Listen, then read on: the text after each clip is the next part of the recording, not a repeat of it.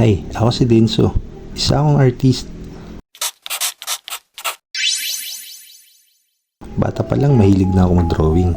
Sa papel, sa mga dingding, sa buhangin. Kahit saan siguro basta may sipang kong guhitan eh.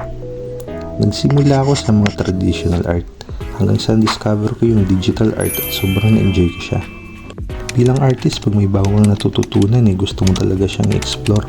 Ay sinubukan ko lahat gaya ng graphic design, 3D sculpt, animation at kung ano-ano pang pwedeng gawin sa digital art.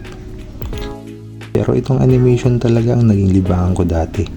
Libangan lang kasi di ko naman talaga siya kinarir. Masaya lang ako makita na napapagalaw ko yung mga drawings ko. Naisip ko nga rin noon na gumawa ng mga animations para i-upload sa internet gaya naman nakikita ko sa YouTube. Kaso hindi natuloy kasi nagdadalawang isip ako kung kaya ko ba talaga at kulang pa siguro ako sa drive gawin to noon. Hanggang sa madami nang nangyari, lumipas ang ilang taon. At ngayon medyo may edad na ako ngayon ko pa lang talaga napagpasya na ituloy yung mga nabiting kong plano. Ang tagal na nang inabot no? Pero sabi nga nila, it's better late than never. Kaya ito ako susubukan ko. Kaya ginagawa ko yung video na to bilang panimula. So yun na muna sa ngayon. Maraming salamat sa panonood.